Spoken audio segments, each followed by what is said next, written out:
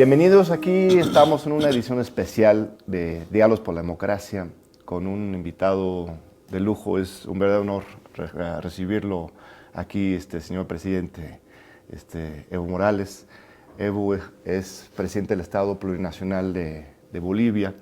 Estamos muy contentos aquí en México, en la UNAM, y en recibirte aquí, señor presidente. No, muchas gracias por la invitación. Estamos en México a invitación del nuevo presidente de México a participar en la posesión. Muy contento pues, para compartir con el nuevo gobierno, como también en esta entrevista. Pues en México se le admira mucho, señor presidente, por haber logrado en apenas 12 años transformar a su país. Las estadísticas, los números son impresionantes. En 2006, cuando usted llegó a la presidencia, la economía de Bolivia tenía una cantidad de Producto Interno Bruto de 6.000 millones y ahora ya llegó a 37.000 millones. Ha habido un crecimiento económico increíble. La pobreza se ha reducido de manera espectacular, que estaba en unos 60% de la población bajo la línea de pobreza en 2006 y ahora en 2018 es un 33, 35%. ¿Cómo lo logró, señor presidente? De veras, porque México tiene 30 años dentro del liberalismo en que todas estas cifras pues, son terribles, no crecemos, la pobreza está peor. Creo que tenemos mucho que aprender de usted y el ejemplo de Bolivia. ¿Cuáles son algunas de las claves de su éxito? Bueno, el neoliberalismo hizo mucho daño a Bolivia. Y me acuerdo perfectamente cuando era jovenzuelo, el año 1985, cuando empezó el neoliberalismo después del militarismo. Decían que el Estado no sabe administrar, el sector privado sí, y con la mal llamada capitalización, será capitalización para el capital, pero no para el pueblo boliviano la privatización. Y duró 20 años de neoliberalismo, pero ¿qué nos decía el presidente Víctor Paz Estenssoro en el 85? Bolivia se nos muere.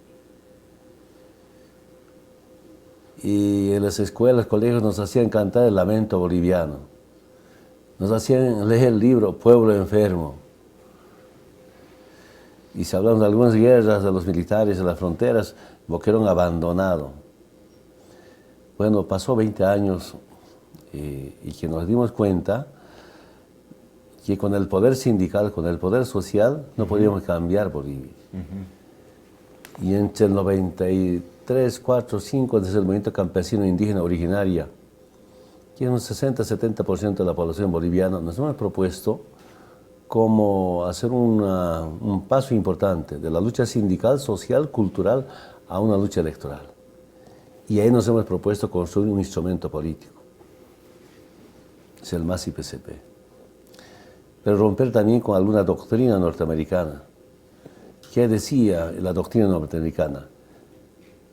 La independencia sindical, el pluralismo ideológico dentro de la lucha social. Si yo me preguntaba, si nos hemos organizado con movimientos sociales, en sindicatos, en fuerzas sociales, uno para reivindicar ante el patrón Estado o patrón privado. Y especialmente el movimiento indígena, desde la lucha colonial, ya somos anticolonialistas, antiimperialistas. Pero sí, bajo esa doctrina norteamericana, que el sindicato no puede hacer política. Claro. Vamos a tener que romper eso. La política es para las élites, nada más. Sí, así era. Y yo me acuerdo cuando era niño, en el campo del altiplano boliviano, la política del campesino es para y pico, de la Aymara. Llego al Chapare ya con 18, 19 años, la política del chapareño, que es la Amazonía boliviana, es hacha y machete. Y cuando mis ex dirigentes planteaban cambios estructurales, no, usted está haciendo política. Claro. Eso es delito, eso es pecado para vos, amenazas. Eso tuvieron que romper desde aymaras, quechuas, guaraníes, del movimiento campesino indígena original, ahora más conocido como Pacto de Unidad. Entonces, inclusive algunos sectores obreros nos acompañaban bajo esa doctrina norteamericana, independencia sindical. Claro. El sindicalismo no puede ser política. Pasó tiempo, justo de 1985 a 2005, ganamos las elecciones con programas hechos por el pueblo. Yo saludo a los profesionales, académicos, bolivianos, patriotas, que con los movimientos sociales nos juntamos, inclusive con nuestras instituciones armadas, las Fuerzas Armadas. Y nos planteamos tres cosas. Uno, la refundación de Bolivia, en lo político y en lo económico, la nacionalización de nuestros recursos naturales, especialmente, pero también la recuperación de las empresas estratégicas que tienen que ver con los servicios básicos. Porque estaban todos privatizados. Totalmente. El agua, el gas, la minería. Y tercero, la redistribución de la riqueza. Así es. Son tres temas centrales. Lo más difícil ha sido esta refundación de Bolivia. Dejar ese estado mendigo, limosnero, un estado colonial, y pasar a un estado plurinacional, donde todos tengamos los mismos derechos. Teníamos antes estados sin clases, autoridades impostores. Entonces, ¿cómo cambiar eso? Ha durado 2006, 2007, 2008, 2009 recién. La lucha en las ciudades con esa gente tiene mentalidad colonial, ha sido difícil. Inclusive la Asamblea Constituyente ha sido expulsado de Sucre. Así como Sucre, uno de los primeros presidentes ha sido expulsado de su apellido a Sucre, expulsado. La historia se repite en esa parte.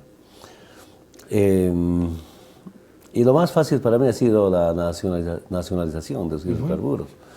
Y eso ha generado un crecimiento económico, Nos ha sorprendido. No ha creado crisis económica, ¿no? Por lo que dicen los mercados internacionales, sino todo lo contrario, ha generado un contexto para el fortalecimiento económico. ¿Y qué pasó? Lo que pasó es que mencionamos al 1 de mayo como justo homenaje al trabajador, el Día del Trabajador. Y me acuerdo perfectamente, después de nacionalizar, ya estructurar, cambiar, ha habido algún problema con algunas empresas internacionales. Nos dijimos, si quieren pueden invertir, pero no son dueños ni patrones de nuestros recursos naturales. Pueden ser socios. Lo más importante, antes, con la llamada capitalización, inventaron algunos términos en los contratos con las transnacionales. Decía textualmente, el titular, que era la transnacional, el titular adquiere el derecho de la propiedad en boca de pozo. Claro. Cuando estaba en el suelo, los bolivianos, yo participé varias veces en las reuniones, las negociaciones con la COBE y gobierno. Y siempre se planteaba nacionalización. Y la respuesta de los gobiernos era, no, el gas, el petróleo sigue siendo los bolivianos cuando está bajo tierra. Claro. Cuando sale ya no es los bolivianos, claro, en boca de pozo. Además es contratos inconstitucionales, lesivos al Estado. Y segundo tema, el Estado no tiene control. No se ve cuánto producía la transnacional. No hay presencia del Estado en los campos, megacampos, todos los campos. Y tercero, del 100%, 82% para la transnacional, 18% para los bolivianos. Claro. Un saqueo absoluto de los total. Recursos naturales. Entonces, cambiamos. Dijimos ahora, si quieren invertir, y si quieren recuperar su inversión, se queda, pero se quedan con 18%, no con 82%. En algunos campos están con 12%, 11%, 15% ahora. Entonces se invierte totalmente la fórmula, ¿no? Ahora ya todo para y el presencia Estado. El Estado controla además de eso. Y en septiembre, octubre, revisamos datos económicos con nuestro vicepresidente Álvaro García Linera. Nos ha sorprendido. Sobraba plata. Porque era normal para cualquier gobierno del pasado prestarse plata para pagar aguinaldos, para pagar sueldos. Claro. Y sobró plata, ¿qué hacemos ahora? No podíamos entender que sobraba plata. Y ahí viene, nos planteamos, bueno, con esa plata no va a estar así, ¿no?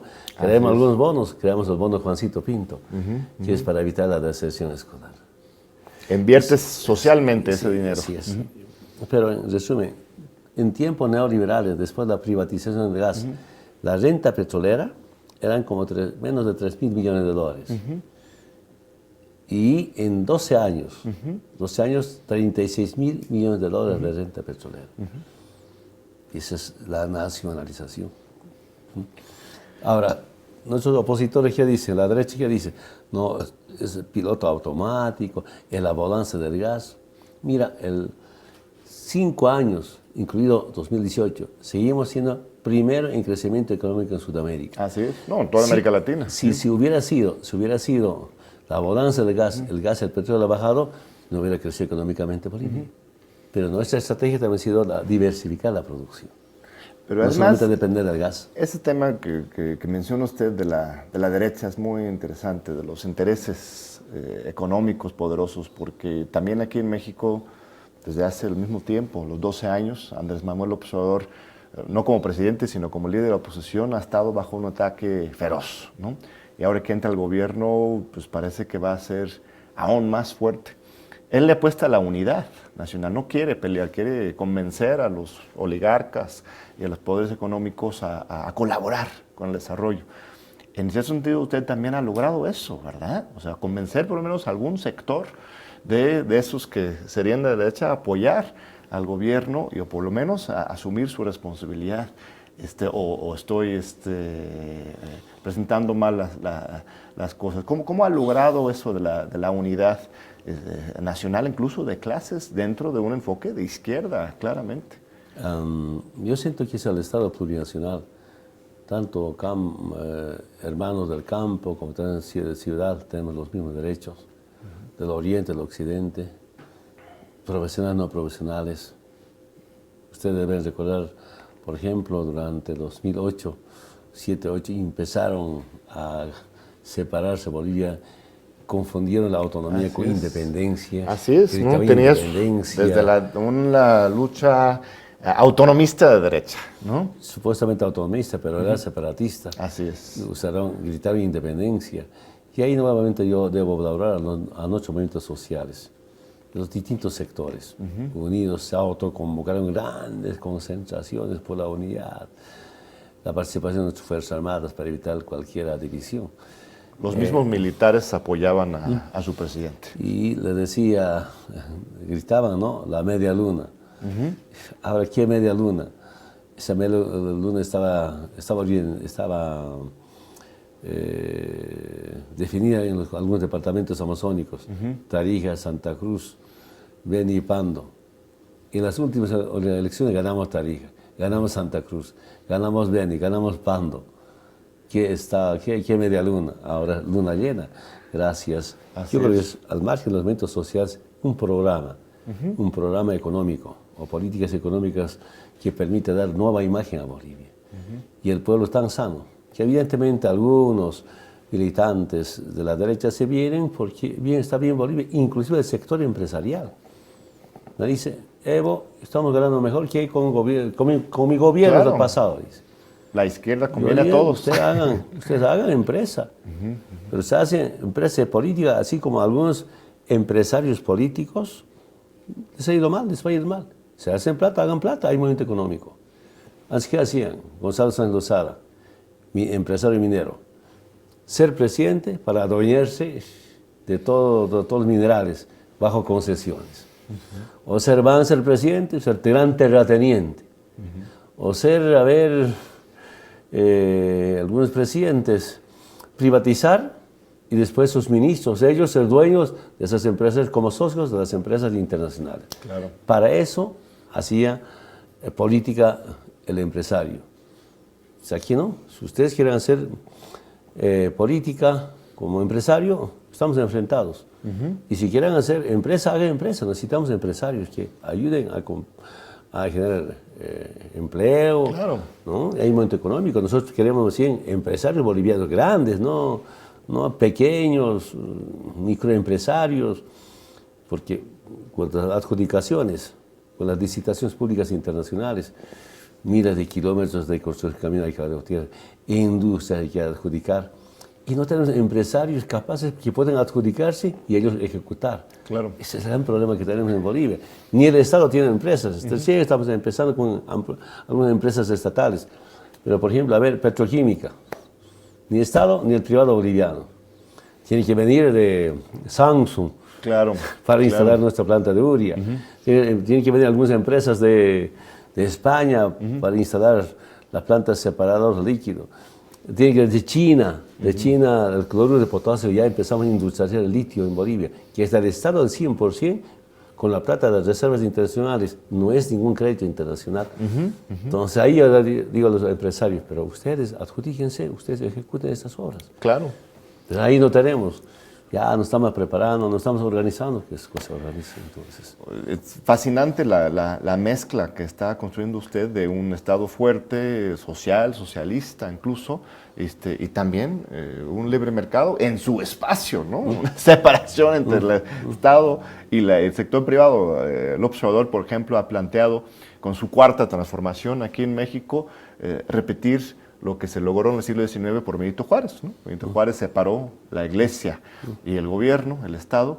Él dice que lo que quiere hacer es separar lo público y lo privado, ¿no? Respetemos los empresarios en su lugar, es que trabajen juntos a favor del desarrollo, pero también que respeten el Estado y sus funciones.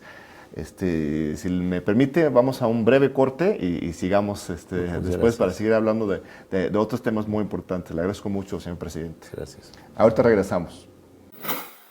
Pues aquí seguimos con el presidente Evo Morales, que nos visita en México, que nos engalana ese espacio TV UNAM con su presencia, hablando sobre su experiencia como presidente de Bolivia, las lecciones que podemos tener para México.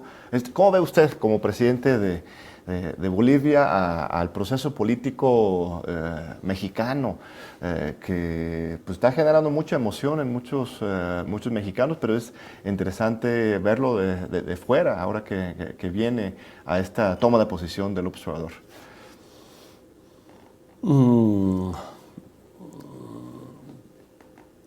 No tengo mucho que opinar, pero quisiera que el nuevo gobierno vea más hacia el sur que hacia el norte. He escuchado algunas informaciones mediante los medios de comunicación que me parece tan importante como el tema de austeridad. Esperamos que conjuntamente, así como América Latina, el Caribe, podamos fortalecer. Tengo mucha confianza y esperanza en el nuevo presidente, fortalecer la CELAC, por ejemplo. Claro. Son organismos de liberación, son organismos que permitan servir a los pueblos y no al imperio. Tema migración, por ejemplo. Tenemos tantas responsabilidades. Si somos presidentes del gobierno del pueblo, tenemos que identificar a los enemigos internos y externos. Claro. Y en Bolivia también identificamos que los enemigos internos son los procapitalistas, proimperialistas. Los enemigos internos son cómplices del saqueo de nuestros recursos naturales. El sistema capitalista, que es gran generador de la pobreza, generador de guerras, especialmente el imperio norteamericano, de las desigualdades, que hace mucho daño a la madre tierra. Entonces tenemos la obligación de compartir políticas internacionales para enfrentar estas agresiones. La agresión, por ejemplo, al sistema contra el multilateralismo. Ojalá en Argentina, en este G20, pueden llamar a la reflexión o poner orden internamente. ¿Quién atenta contra el multilateralismo, por ejemplo? Tenemos profundas diferencias con el sistema capitalista. Y los países, entiendo, en el mundo chantajeados, condicionados, eso también era en Bolivia. Sí. Nos chantajeaba, condicionaba los gobiernos del pasado. Inclusive yo me acuerdo cuando era presidente electo en 2005, me decían algunos organismos como el Banco Mundial, a ver qué harán ustedes, ¿no? No, vamos a nacionalizar. A ver, quiero que les vaya bien. Después del primer año, el segundo año más bien se sumaron, sin condicionarnos. Y se enojan que usted le desobedeció los mandatos, pero al final de cuentas, pues también reconocen. Entonces, mi experiencia es no someternos a cualquier condicionamiento, a cualquier sometimiento del imperio norteamericano. Eso es muy importante. Yo creo que el nuevo gobierno lo tiene perfectamente claro. Bueno, es difícil ser más servil que el gobierno saliente, que uno de sus últimos actos fue dar la medalla del Orden de Águila Azteca del Estado mexicano al yerno de Donald Trump. Fue algo muy indigno, muy fuerte. Peña Nieto mismo había invitado a Donald Trump a México durante su campaña electoral, un acto de campaña de Trump en la Ciudad de México. Evidentemente el nuevo gobierno busca cambiar eso, pero no es fácil. Yo recuerdo un discurso de usted en la ONU, que fue una propuesta muy interesante, en que usted dijo que pues, la sede de la ONU debería estar, por ejemplo, en un país que respeta el derecho internacional, claro, ¿no? Claro. Que respeta los mismos convenios de la ONU. Me pareció muy certero, muy lógico. No tendría que ser la Ciudad de México o La Paz, pero ¿para qué en Nueva York, en un país que no respeta el derecho internacional y aún menos hoy que nunca? Esta experiencia de construcción latinoamericana, sudamericana, ve posibilidades de darle seguimiento ahora en este contexto tan de reflujo de derecha.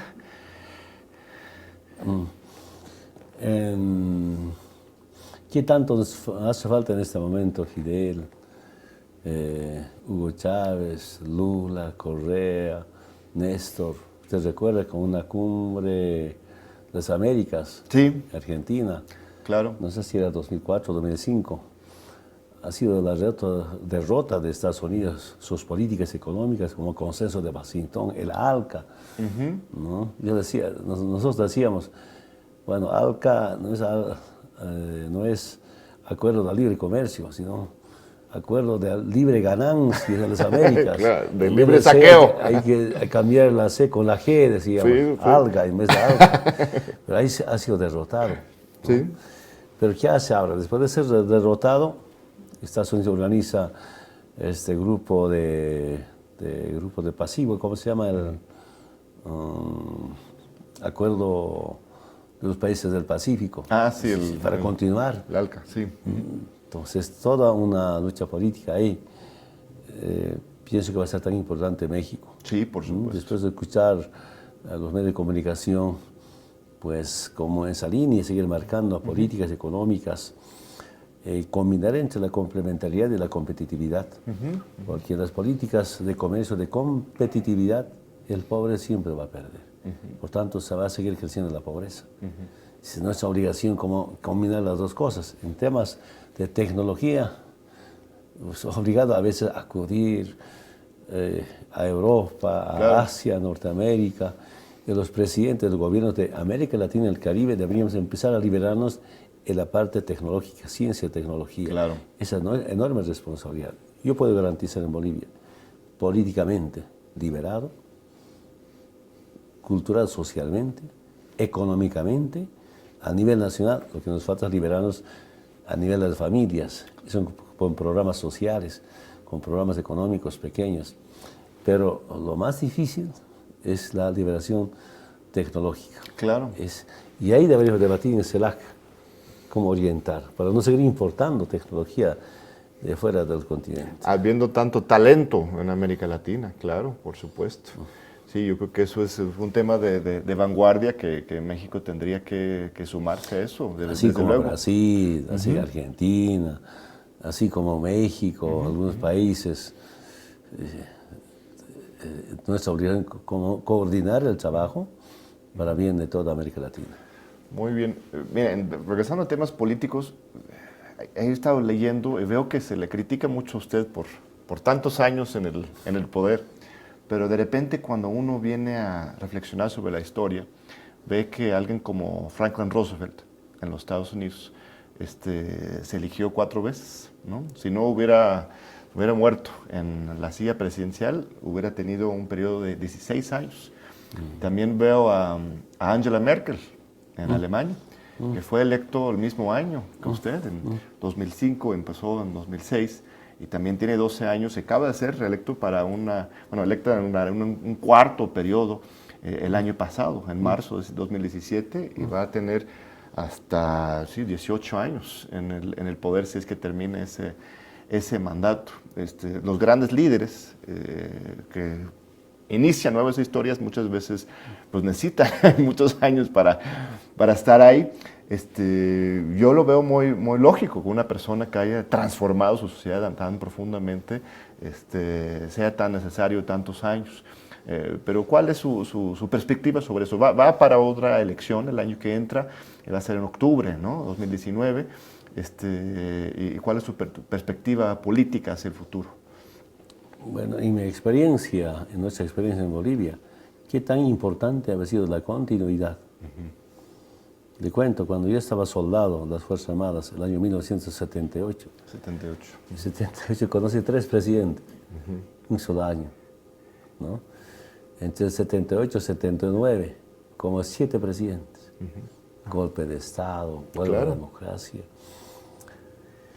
5 años antes de mi llegada a la presidencia, cada año un presidente, 5 presidentes.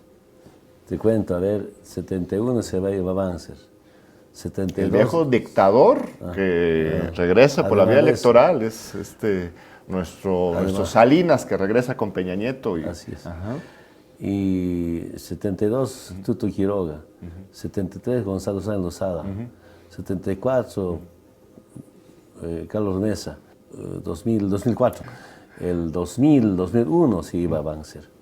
2002, Tuto. 2003, Goni. 2004, Mesa. 2005, Rodrigo Lecé. Y enero del 2006 asumimos. Así es. Imagínense, tantos presidentes. ¿Qué podían planificar? ¿Sabe? Para irse, se veía en los bancos, Banco Central, sacando plata, paquetes. Llegaban a robar. Llegaban y entraban. ¿Cómo van a aprovechar el corto tiempo que le quedaba a ser presidente? Entonces, en nuestra experiencia, el tema de continuidad ha sido importante. Y por mi parte, yo digo, ¿qué más? Porque quiero que sepan. Estoy viendo ahí, de Orinoca al Palacio Quemado, un libro. Yo me acuerdo, hemos ingresado al Chapare, a la zona del trópico de Cochabamba, a sobrevivir, a mejorar la situación económica. Mi gran deseo era plantando frutas, coca, estudiar, ese era mi gran deseo. Pero mi papá me ha dejado con unos 20, 21 años, ha muerto ya a trabajar. Yo no llegué al trópico de Cochabamba a ser dirigente, menos ser presidente. En 88 me obligaron a ser dirigente de la Federación del Trópico, aunque desde más antes he sido dirigente del sindicato, mi primera cartera, mi primera secretaría en el sindicato de Secretaría de Deportes, ahí jugando, apoyando actas, secretario general del sindicato, la central, pero a la Federación llegué al 88. No quería, porque ya estaba mejorando mi economía, ya conocía motosierra, motor fuera de borda, ya una moto me compré, estaba mejorando, quería comprarme casita. Pero cuando me han propuesto ser dirigente, dije, voy a dejar mi trabajo.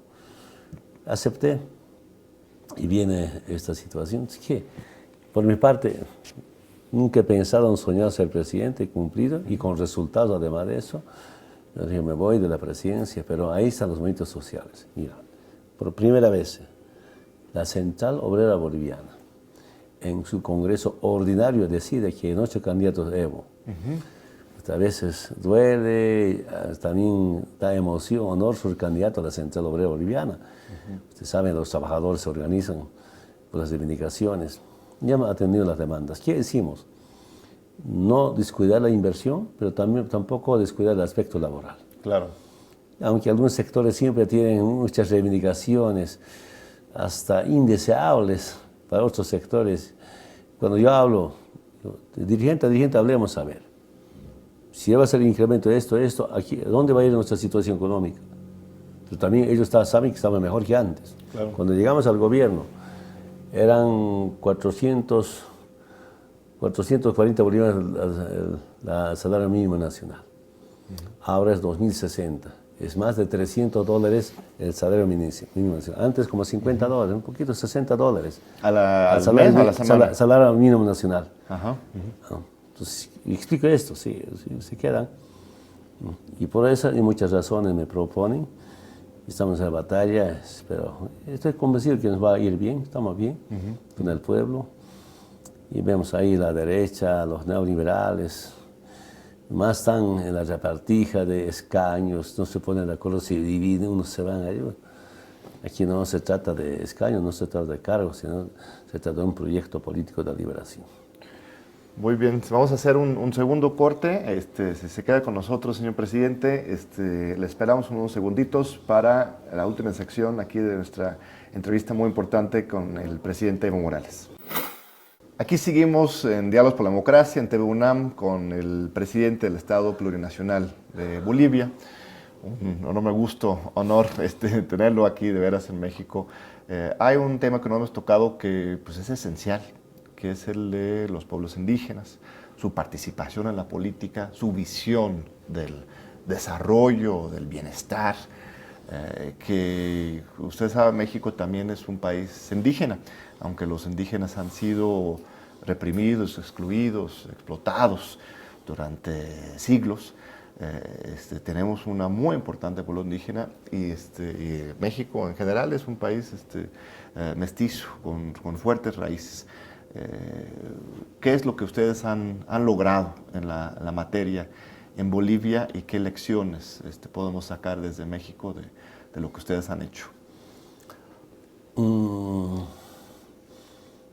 Al margen de tanta resistencia, rebelión, sublevación durante la colonia, ha continuado en Bolivia y en muchos países de América Latina la rebelión contra la República. Se sabe muy bien que después de la fundación de las repúblicas hace 200 años atrás, fue solo replicaron las normas europeas. Yo tengo un recuerdo ya de presidente, una vez los abogados llamados licenciados en ciencias políticas me invitan a una pequeña fiesta. Y mis doctores se farrearon. Y un poco perdiendo el sentido, uno dice, yo soy el mejor docente del derecho romano. Otro del anglosajado. Yo escucho. ¿Dónde está el derecho originario, milenario? Claro. Esa es la mentalidad colonial.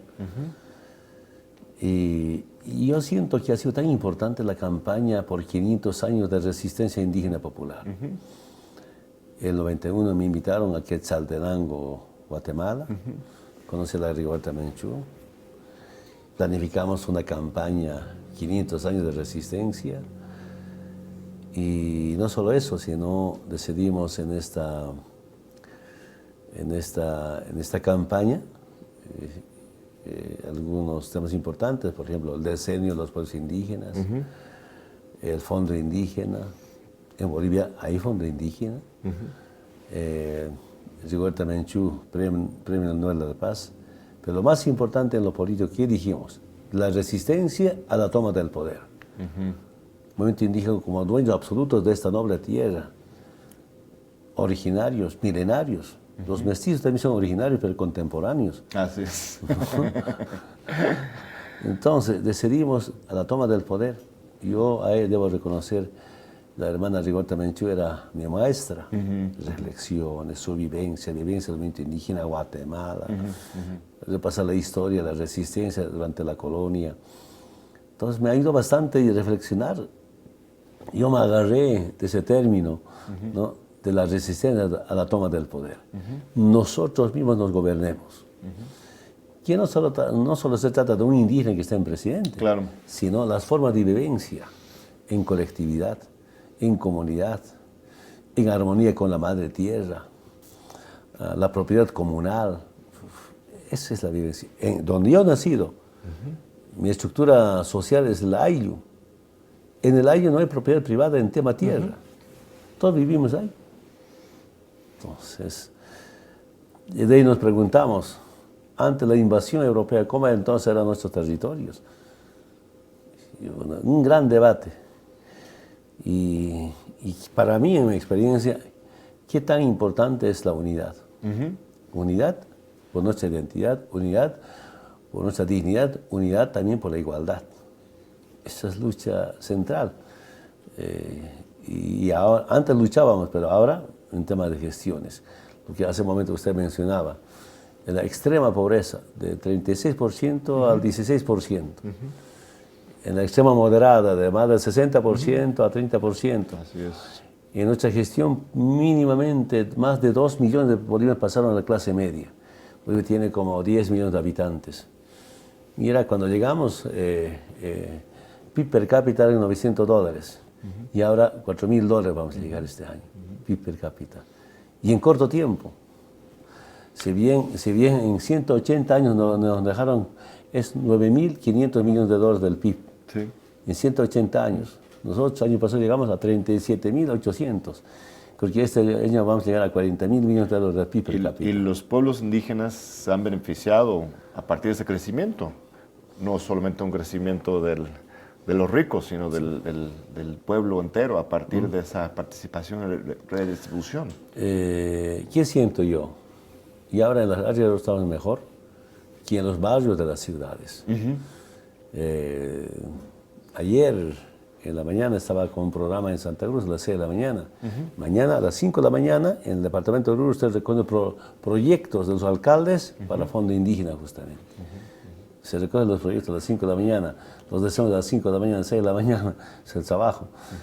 Y ahí me informan que ahora los hermanos con el programa Merriego, programas productivos pequeños, medianos en las áreas rurales, algunos están saliendo de la ciudad al campo, algunos están retornando de Argentina, por ejemplo, a Bolivia, o de España a Bolivia retornando. Eso nos fortalece, nos alegra, nos emociona porque son los resultados de gestión. Ahora, me estaba acordando de un incidente muy vergonzoso en la comunidad internacional, ¿no? Usted se acuerda, fue en 2004, si no mal recuerdo, que usted venía de una reunión en Moscú, regresaba a La Paz y de repente sonaron las alarmas internacionales que supuestamente Edward Snowden, ¿no?, estaba en su avión. Francia, España, Italia cierran Portugal cierran su espacio aéreo. Ahí viene Evo Morales con Edward Snowden en el avión. Le obligan a bajar a Viena. Ya se dan cuenta que no es el caso y ya lo permite usted ir por su camino. Pero para mí fue un acto de hipocresía extrema, ¿no?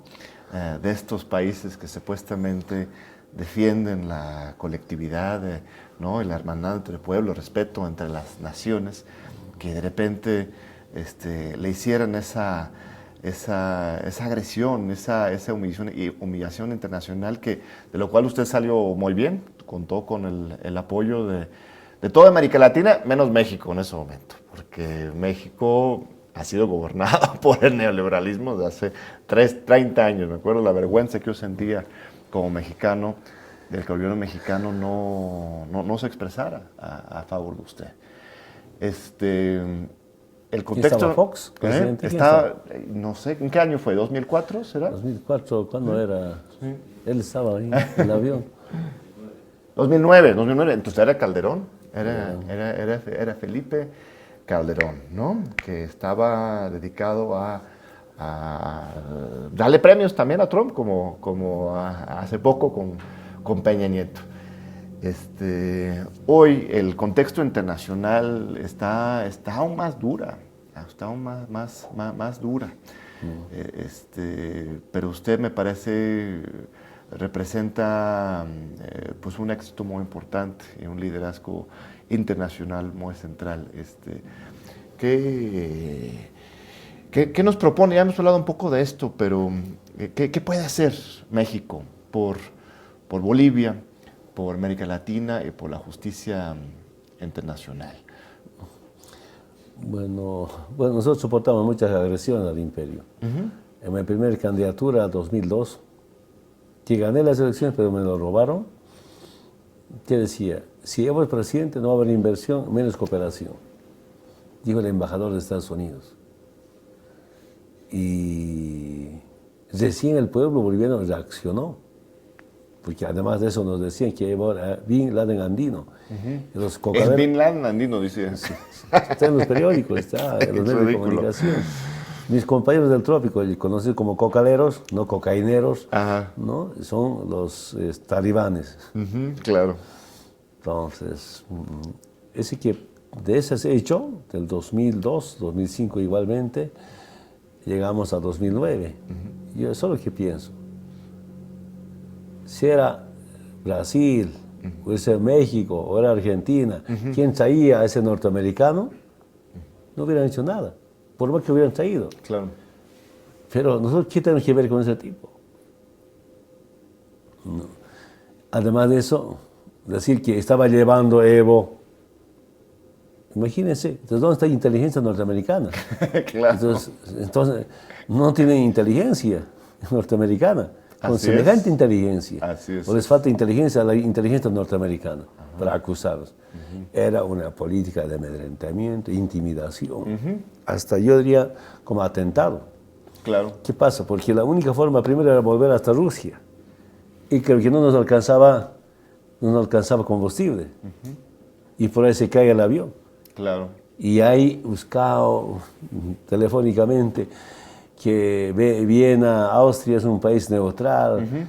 Y me acuerdo que inclusive por razón de emergencia, razón técnica, vamos a aterrizar sin informarle que estamos vetados para aterrizar en algún aeropuerto europeo, así como en España, Portugal, Italia. Así es el aterrizaje en Viena, Austria. Bueno, pasó eso. Siempre habrá estas agresiones, estos amedrentamientos de que vienen del imperio norteamericano, cuando nuestras políticas es del pueblo y no del imperio. Ellos nos quieren someter que todas las políticas sean de saqueo económico. Esa es nuestra profunda diferencia. No solamente como Evo, como gobierno, sino como pueblo queremos tener buenas relaciones con México. Respetamos su desarrollo industrial. Es uno de los países que lidera América Latina. Y qué lindo sería coincidir en las políticas sociales, políticas económicas. Qué bueno sería algunos países que somos del pueblo, crear una instancia al margen, ¿no? Al interior de CELAC, un equipo económico, para conjuntamente cooperarnos, porque cada país tiene su propia particularidad, ¿no? Pero podemos coincidir respetándonos, pero cuidar la parte económica, porque al margen de los programas internos de América Latina o en América, pues también tenemos la gran oportunidad de ser como un continente modelo a la cabeza de América Latina y el Caribe. Ese quisiera debatir no solamente en la CELAC, sino Mercosur, UNASUR, otros espacios que América Latina. América Latina tiene tantos recursos naturales. Entonces quisiera que estas políticas de liberación económica nos acompañemos juntos. Yo me acuerdo cuando nacionalicé los hidrocarburos, el gas, como siempre, las transnacionales, los gobiernos de Europa, no vamos a cooperar, no vamos a invertir. Kirchner me llama por teléfono, Evo, escúchame, si no quieren invertir, yo voy a invertir en Bolivia. Basta. Eso queremos debatir. Y México ha estado ausente totalmente de estos esfuerzos de integración. Incluso han estado militando en contra o ha habido alguna participación positiva de México en estos esfuerzos de integración latinoamericana en los últimos 30 años. Yo hablé una vez con el presidente Fox, cuando era dirigente, no sé en qué evento estaba por acá. Bueno, no me gustó mucho sus políticas económicas. Ya hablé con el presidente Calderón cuando estaba de presidente a presidente. Me di cuenta que era difícil de entendernos. Con Peña Nieto era difícil de conversar, debatir con sinceridad, con amplitud, con responsabilidad. Entonces, pueblos, no tuve la oportunidad, al margen de saludarnos, comentarnos. Bueno, cada uno tenemos también nuestro carácter, nos respetamos, pero espero que haya una gran apertura para debatir, no solamente para México, no solamente para Bolivia, es para América Latina. Mire cómo algunos países del Caribe sometidos por migajas. Cómo podemos ser solidarios conjuntamente. Claro. Y esa es nuestra obligación como políticos, que sí estamos con los pueblos. A ver, hay muchos otros temas que quiero hablar con usted, nada más que nos faltan muy pocos minutos. Usted tiene una agenda muy, muy intensa. Platíqueme más sobre esa visión indígena en el poder. Porque aquí en México también hemos tenido ese debate, esa discusión. Usted mencionó que algunos sectores de los pueblos indígenas han dicho que no hay que tomar el poder, ¿no? Que más bien hay que apostarle a la autogestión, a las autonomías. Y de repente ven con mucho recelo a quienes pues, dicen que, pues sí, que no solamente seamos autónomos las comunidades, sino que también seamos autónomos los países y entremos en la lucha política por el poder. ¿Cómo han logrado superar esas diferencias? O si es que los han superado. ¿Sigue esa discusión activa en Bolivia?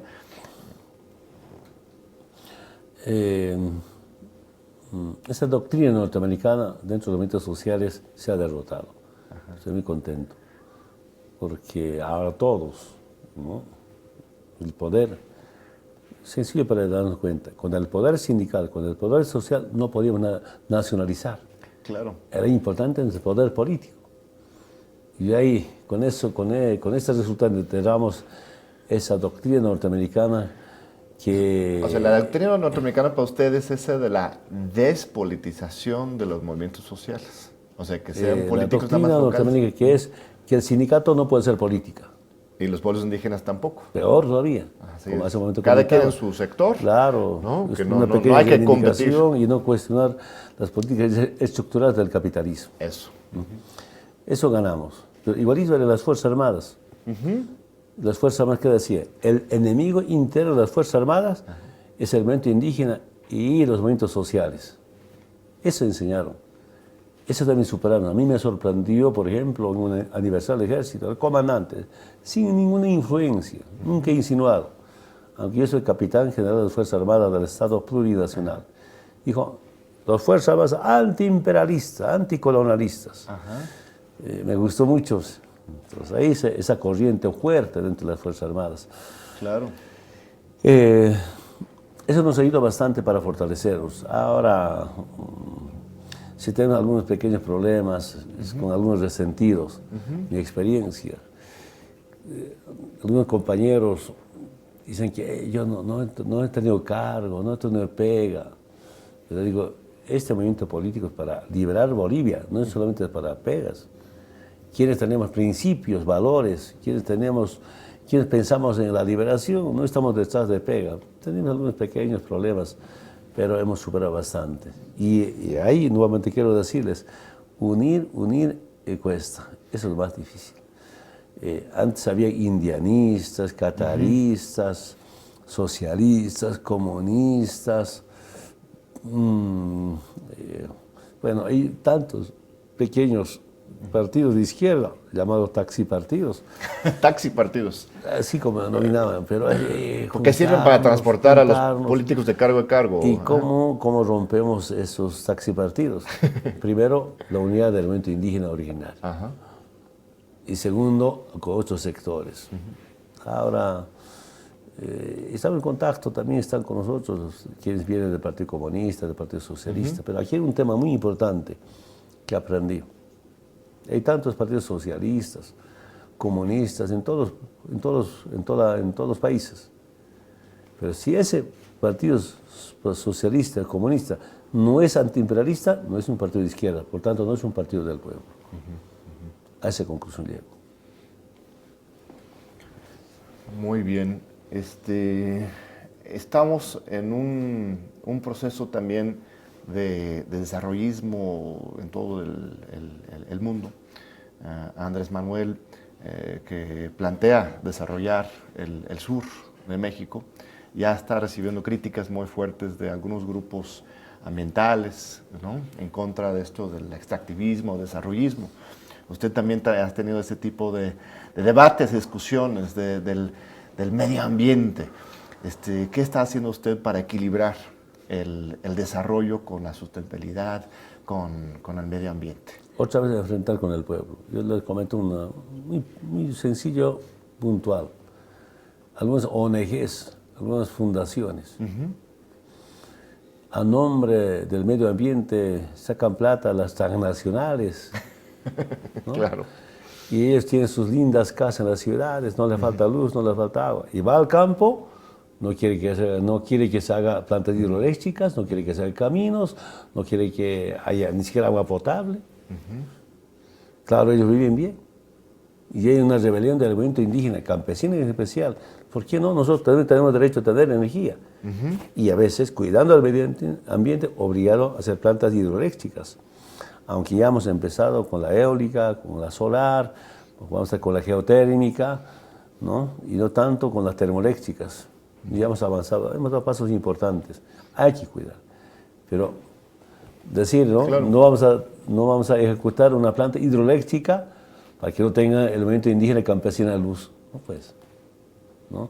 O no hacer caminos, o finalmente seguir importando tecnología y poniendo tener nuestra tecnología. Es nuestra obligación, ¿no? Como liberal. Yo siento, a ver, si algunas ONGs y fundaciones no quieren que hagamos nuestras industrias, ¿no? Como ellos dependen de Europa o de Norteamérica, claro. Entonces nos están diciendo que sigamos importando de Europa, de Norteamérica, pudiendo nosotros tener acá. Claro. Claro. Es parte de la política imperialista. Muy interesante, hay que verlo de manera muy integral, los intereses que están atrás de todos este debate, discusiones, porque es muy fuerte, sí, porque de repente se utiliza un discurso de ultraizquierda, pero a veces se trabajan en otros intereses. Aunque también hay que dar debate, discusión, la participación y comprometernos con el medio ambiente, como usted dice. Se nos acaba el tiempo, tenemos un minutito para que nos comparta, señor presidente, un mensaje al pueblo mexicano en esta visita tan importante que usted hace a nuestro país con motivo de la toma de protesta del nuevo presidente Andrés Manuel López Obrador. No, muchas gracias nuevamente por esta entrevista. Gracias por la invitación. Esperamos cómo retomar nuestras grandes luchas por nuestros pueblos, no solamente con el gobierno, sino con los pueblos organizados. Claro. Antes yo participé bastante en las cumbres del movimiento indígena acá, invitado, convocado por la Rigoberta Menchú. Estaba en varios departamentos de estados participando. Una vez ya de dirigente, cuando se escapó Gonzalo Sáenz Lozada, vine acá, y los que han organizado me ha sorprendido, era mucha, no sé si mucha seguridad, asustaba, pero de ahí a este tiempo ha cambiado bastante, estamos acá, esperamos nuevamente retomar estos contactos con otros movimientos sociales, con las juventudes, y sobre todo con el gobierno nacional. Tengo mucha esperanza y mucha confianza. Muchas gracias. No, pues gracias a usted, señor presidente, por estar aquí con nosotros. Cuenta con la solidaridad del pueblo mexicano y esperemos que también contemos con el apoyo del pueblo boliviano en este sueño de unidad latinoamericano y de desarrollo conjunto por la paz, la justicia, la democracia, ¿no? Pues muchas gracias a usted por acompañarnos en un programa más de Diálogos por la Democracia aquí en TV UNAM. Te esperamos para la próxima. Muchas gracias.